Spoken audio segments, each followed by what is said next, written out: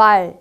우리 조상들은 이 주워 담을 수 없는 말에 대해 항상 조심하라는 뜻에서 이렇게 많은 속담들을 입에서 입으로 우리에게 전해주었습니다. 하지만 우리는 어느새 막말의 시대에 살고 있습니다. 국민을 위한 일을 한다는 국무위원들, 국민의 모든 것을 대표한다고 자부하는 국회의원들이 대중과 언론 앞에서 벌이는 소위 막말 대잔치는 진정 이 시대의 국격과 민도를 단적으로 보여준다고 할 수 있을 것입니다.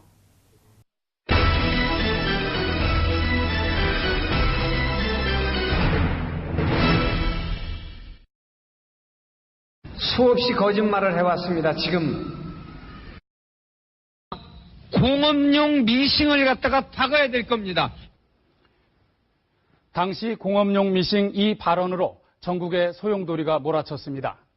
이런 정치인의 발언 파문은 한두 번이 아니었지만 이번 귀태 발언은 아예 국회를 멈춰서게 했습니다.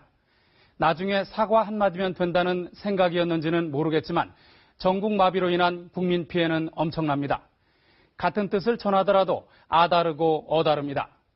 자극적인 언어가 좀 더 선명해 보이고 당장엔 속 시원할 수도 있지만 길게 보면 진정성을 담은 정제된 언어만이 상대를 설득할 수 있고 더 호소력이 있습니다. 특히 언행을 가려서 할 때 스스로의 품격도 높일 수 있습니다. 젊은이들은 현실 정치를 보면서 정치를 배우고 미래 정치인으로 커나갑니다. 지금처럼 막말이 난무하는 곳에서 무엇을 보고 배우겠습니까? 데스크 분석이었습니다. 이는 비단 정치권에서만이 아닌 우리와 가까이 있는 학교에서의 문제로 번진 지 오래됐습니다. 이번 시간부터 2시간에 걸쳐 살펴볼 학교 폭력의 사례는 그 자체로 폭력이고 다른 폭력 행위들의 도구가 되는 언어 폭력 문제입니다. 또 최근 들어서 학교 폭력이 신체 폭행보다는 언어 폭력 등으로 바뀌고 있지만 제대로 대응하지 못하고 있습니다.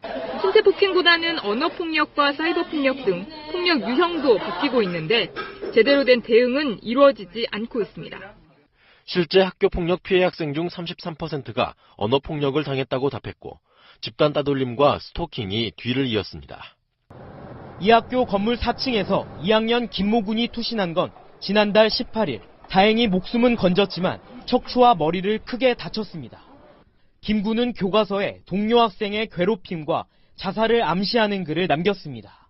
수차원 상태를 한번 좀 지켜봤었고요. 그런 과정에서 토요일, 일요일이 끼어서 조사할 수 있는 시간이 한 이틀은 저희들이 이제 잊어버린 게 나가는 거예요. 토요일, 일요일이 애들이 안 나오니까. 가족들의 항의와 언론 보도가 잇따르자 학교 측은 뒤늦게 실태 조사에 나섰습니다. 그리고 김 군이 동급생 5명으로부터 지속적으로 언어폭력을 당해왔다고 발표합니다. 우리가 흔히 언어 폭력을 생각할 때 가장 먼저 떠올리는 것이 바로 욕설입니다. 쌍시옷이 들어가는 말이나 사람의 성기에 빗대어 상대방을 조롱하고 모욕감을 주는 말이 이에 해당하죠. 하지만 욕설만이 언어 폭력의 범주에 들어간다는 주장은 비판의 여지가 있습니다. 상대의 기분을 나쁘게 할 의도가 담긴 폭언으로 인해 듣는 사람의 정신적인 충격을 받았다면 이 역시 언어폭력의 범주에 포함되는 것이 옳습니다. 학교에서 언어폭력이 문제가 된 것은 비단 어제 오늘의 일이 아닙니다. 세계의 자료 화면에서도 보셨다시피 교우 간 언어폭력이 낳는 정서적 충격은 자살이라는 극단적인 선택까지 이어지는 보이지 않는 살인 도구로 학교 주변을 위협하고 있습니다. 그렇다면 학교라는 집단에서 일어나는 언어폭력은 어떤 기제로 발생하고 있는 것일까요? 약자들은 마음대로 가서 짓밟을 수도 있다라는 생각을 하게 되기 때문에 일상생활에서 내가 받았던 그러한 스트레스를 내 약자에게 가서 대신 푸는 그러한 심리가 있다라고 할 수 있겠죠. 네, 그렇습니다. 언어폭력을 가할 수 있는 권한이라고 할까요? 그 힘은 바로 자신이 더 강하다는 믿음, 신념에서 나옵니다. 약자들은 내 마음대로 짓밟아도 된다는 생각이 이들을 더욱 괴물로 만들고 의사소통에서부터 폭력적인 언사가 난무하게 되는 겁니다. 학교에서 볼 수 있는 약자들의 종류는 누가 있을까요? 장애 학생과 같은 사회적 약자뿐만 아니라 물리적으로 힘이 약한 학생, 소극적인 성격을 가지고 있는 학생들이 소위 약자로 분류돼 그렇지 않은 학생들의 주된 표적이 되고 있습니다. 더 안타까운 사실은 지난 시간에 살펴본 공갈에서처럼 언어폭력은 그 자체의 폭력성에 그치지 않고 다른 학교폭력과 함께 이루어진다는 점입니다. 학교라는 공동체에 언제, 어디서부터 이런 언어폭력이 스며들게 되었을까요? 학생들도 사람이고 사람들이 모여 살다 보면 그럴 수도 있다고 생각할 수 있겠지만 우리는 사회의 팽배해 있는 약자에게는 마음대로 해도 된다는 식의 사고방식을 비판하지 않을 수 없습니다.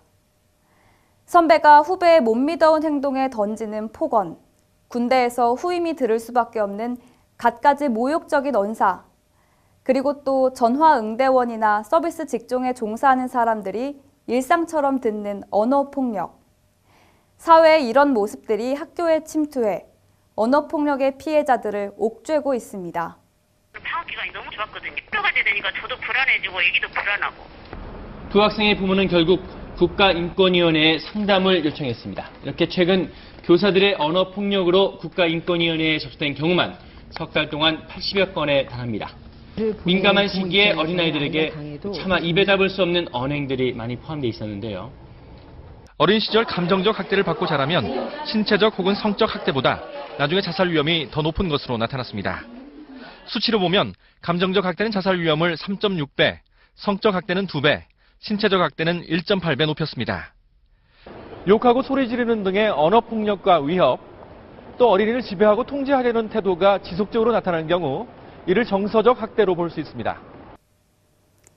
학교 내 언어폭력은 학생과 학생 사이에서만의 이야기가 아닙니다.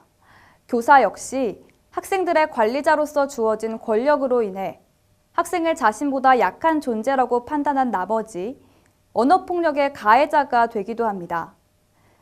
교사의 카리스마는 폭언에서 나온다. 아마 그 누구도 동의하지 않으실 것 같은데요.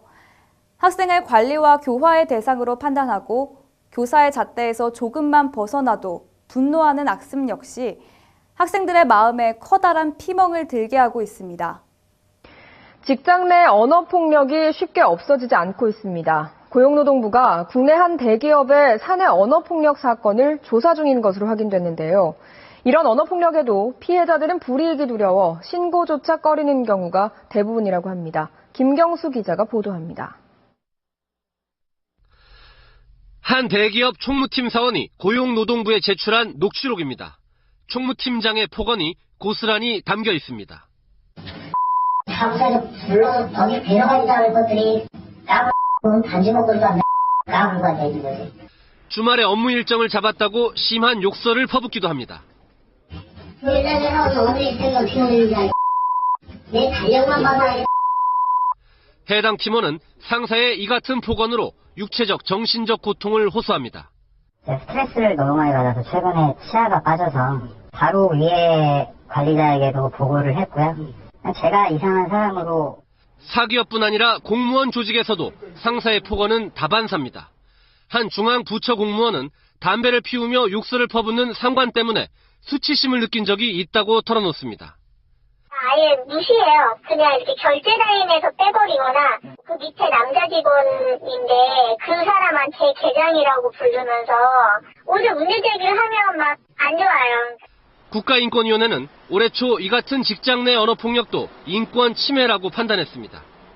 신체적인 폭력이 없더라 하더라도 언어적인 폭력을 통해서 공포감을 조성하고 고통을 초래했다면 이것은 분명히 인권 침해에 해당한다. 조직 문화 정착, 인성교육이란 핑계로 자행되는 직장 내 언어폭력이 오히려 조직과 인성에 악영향을 미치고 있습니다. 지금 이 시간에도 갖가지 언어폭력으로 인해 고통받는 학생들이 많을 거라 생각합니다. 이 시간에 언급하지는 않았지만 학생들의 언어폭력에 시달리는 교사들도 있을 것입니다. 이제는 바뀌어야 합니다.